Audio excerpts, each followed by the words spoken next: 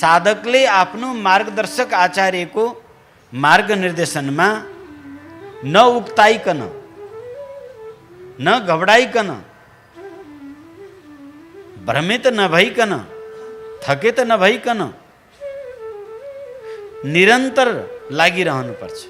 कुटीचक रूप में साधक गुरुदेव को सानिध्य निरंतर तब तक लगा रहे जब तक उसलाई परमार्थ पथ देखिँदैन. जब आफ्नो इन नयनबाट परमार्थ पथ उसले छर्लङ्ग देख्न थाल्छ तब गुरु आज्ञा लिएर बहुधक बने. गाउँ गाउँ घर घर क्षेत्र क्षेत्र में गएर अलख जगावे. सुतेका मोहनिशा शोभनिहारा मोहरूपी रात्रि में सुतेका और कल्पना रूपी सपना देख्नेहरूलाई जगाओस्. दोस्रो कर्तव्य. तेस्रो कर्तव्य तब हंस वृत्तिले अवगुण अवगुण त्यागेर गुण गुण ग्रहण गरोस्. पछि त्यस स्थितिबाट पनि ऊ माथि उठ्छ. तब परमहंस वृत्तिमा जान्छ. परमहंस वृत्तिमा गुण पनि देख्छ अवगुण पनि देख्छ. गुण पनि लिँदैन अवगुण पनि लिँदैन. ऊ समदर्शी हुन्छ. साधकको त्यसमाथि पनि स्थिति जब उठ्छ तब ऊ अवधूतको हुन्छ. तब ऊ ब्रह्म भिन्न कुनै पदार्थ देख्दैन. दोष पनि देख्दैन गुण पनि देख्दैन. सर्वम खल्विदम ब्रह्म. ब्रह्म भिन्न कुनै पदार्थ नै छैन. ब्रह्म पर अवस्था.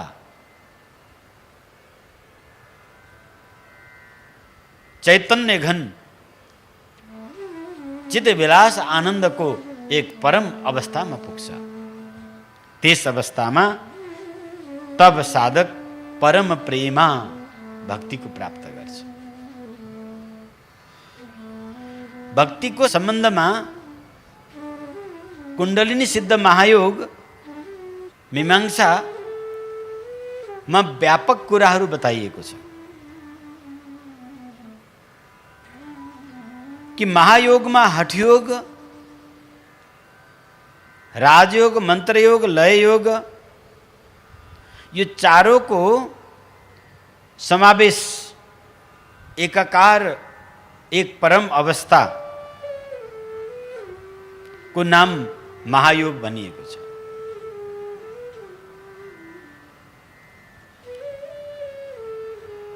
अर्थात चारों योग को परम योग जो हो त्यसबाट ज्ञान योग भक्ति योग कर्म योग यो तीनों सिद्ध हुन्छ. महायोगबाट कर्म योग ज्ञान योग या भक्ति योग यो तीनों सिद्ध हुन्छन्.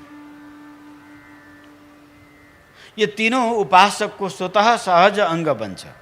अर्थात शक्ति अंतर्मुखी जागृत होने पर क्रियाओं में जब हृदय के आधार बनकर प्रेम भाव वियोग अथवा समर्पण के भाव प्रकट होता है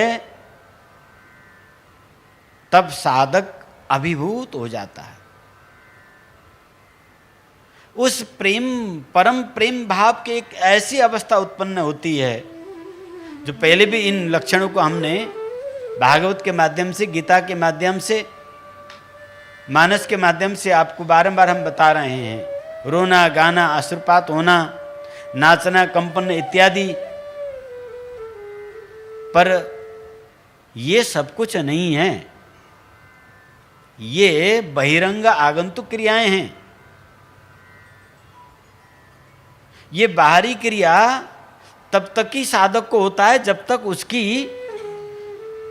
नाड़ी शोधन नहीं हो जाती. बहिरंग नाड़ी शोधन हो जाने के बाद ये सब क्रियाएं फिर लुप्त हो जाती है. फिर उसमें उस अंतर्भक्ति जागृति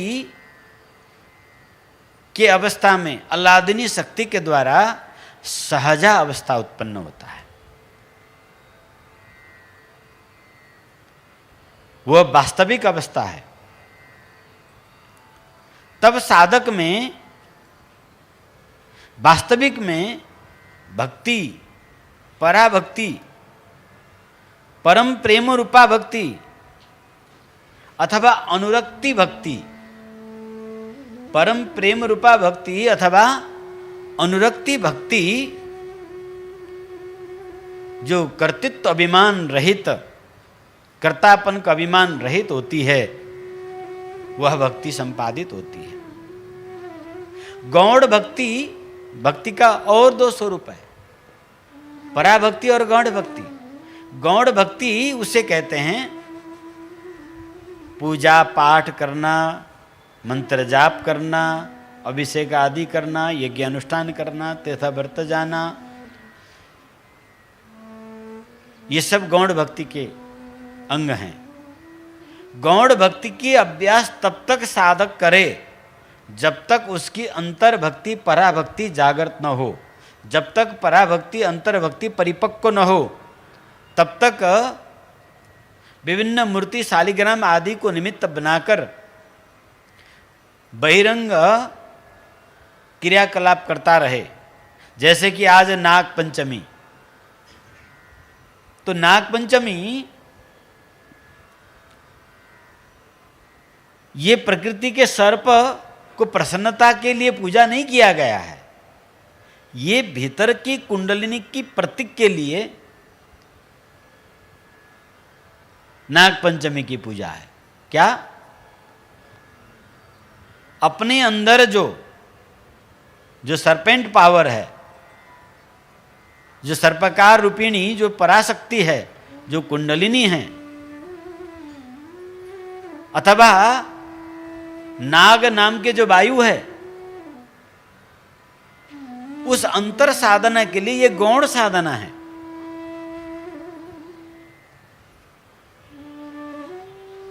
कोई प्रकृति को नाग रिसाएर कसैलाई केही पनि हुँदैन, न खुसाएर केही हुन्छ। तर शरीरको नाग जागेन अधोमुख रह्यो भने त्यही पुनरपि जननम पुनरपि मरणम।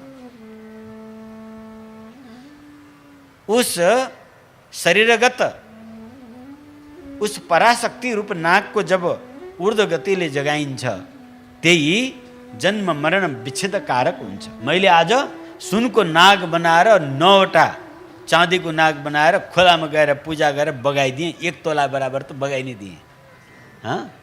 के भयो त यहाँ? कर्तृत्व अभिमान। कर्तृत्व अभिमान वो परम प्रेमा रूपा भक्ति नहीं है। जो अनुरागात्मिक परम प्रेम रूपा जो भक्ति है, वह किसी भी प्रकार का कर्तापन का अभिमान मन में आने नहीं देता। वो सहज स्थिति है। उस साधक को साधना करने के लिए कोई अलग से समय लेकर बैठने की जरूरत नहीं होती। पराभक्ति जागृत साधक अहरनिश उस साधना में ही मग्न रहता है। अखंड स्मरण, तैल धारावत अखंड स्मरण, सतत स्मरण, सुमिरण, इसी को अजपा कहते हैं। उठिरहेको छ, खाइरहेको छ, बोलिरहेको छ, हिँडिरहेको छ, यानी हर क्रियाकलाप कर रहा है, उसकी ध्यान, उसकी एकाग्रता, उसकी भाव दशा भगवान के अखंड स्मरण में। मन से अखंड स्मरण, श्वासा श्वास में स्मरण, भीतर श्वास रा, बाहर सांस मां, भीतर सांस रा, बाहर श्वास मां, श्वासा श्वास में। सपने में रोम रोम में ररंकार उच्चरंत बाणी, श्रवण सुनत गुरु के शब्द सो जानी। रोम रोम में उसकी ररंकार चलती है। ऐसे अवस्था में उसका हृदय का एक एक जन्म जन्म का जो संस्कार का परत है वो पगलिन थाल्छ।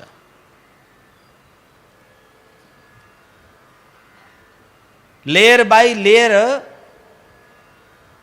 जो संस्कार खात लागेको छ त्यो तातोले नौनी घिउ अथवा उष्माले हिउँ पग्ले झैँ टप टप टप टप पग्लिँदै हेर्दा हेर्दै चित्त मार्जन हुँदै जान्छ।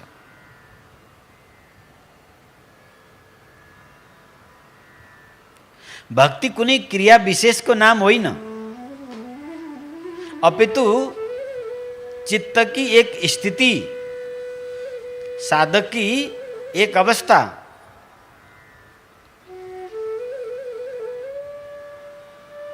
उस दिव्य अवस्था जिसकी वर्णन, जिसकी चाहना, जिसकी प्रशंसा बड़े बड़े कमलात्मा करते हैं।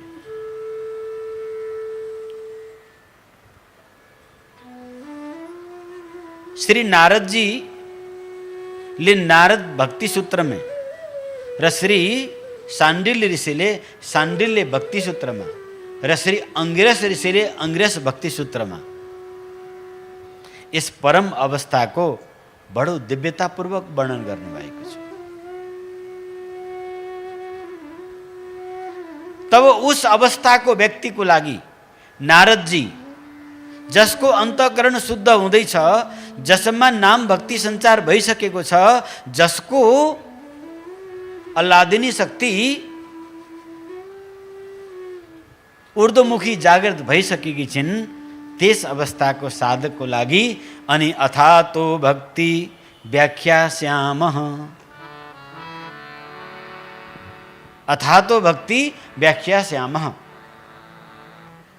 यो स्पष्ट गर्नुहुन्छ। भक्ति को अधिकारी नारद भक्ति दर्शन को अधिकारी सबै हुँदैनन्। जसरी ब्रह्मसूत्र आदि वेदान्त दर्शन को सबै अधिकारी हुँदैनन्। त्यहाँ अथातो भनेको छ। अथातो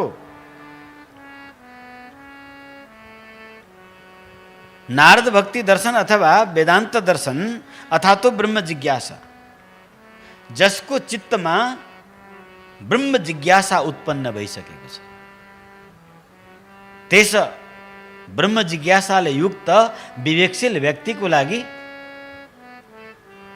वेदान्त दर्शन, जसको हृदयमा भक्ति उदय भइसकेको छ, जसलाई आचार्य कृपा भइसकेको छ, जसको अधोमुखी शक्ति ऊर्ध्वमुखी भएर क्रियावती भइसकेकी छिन्,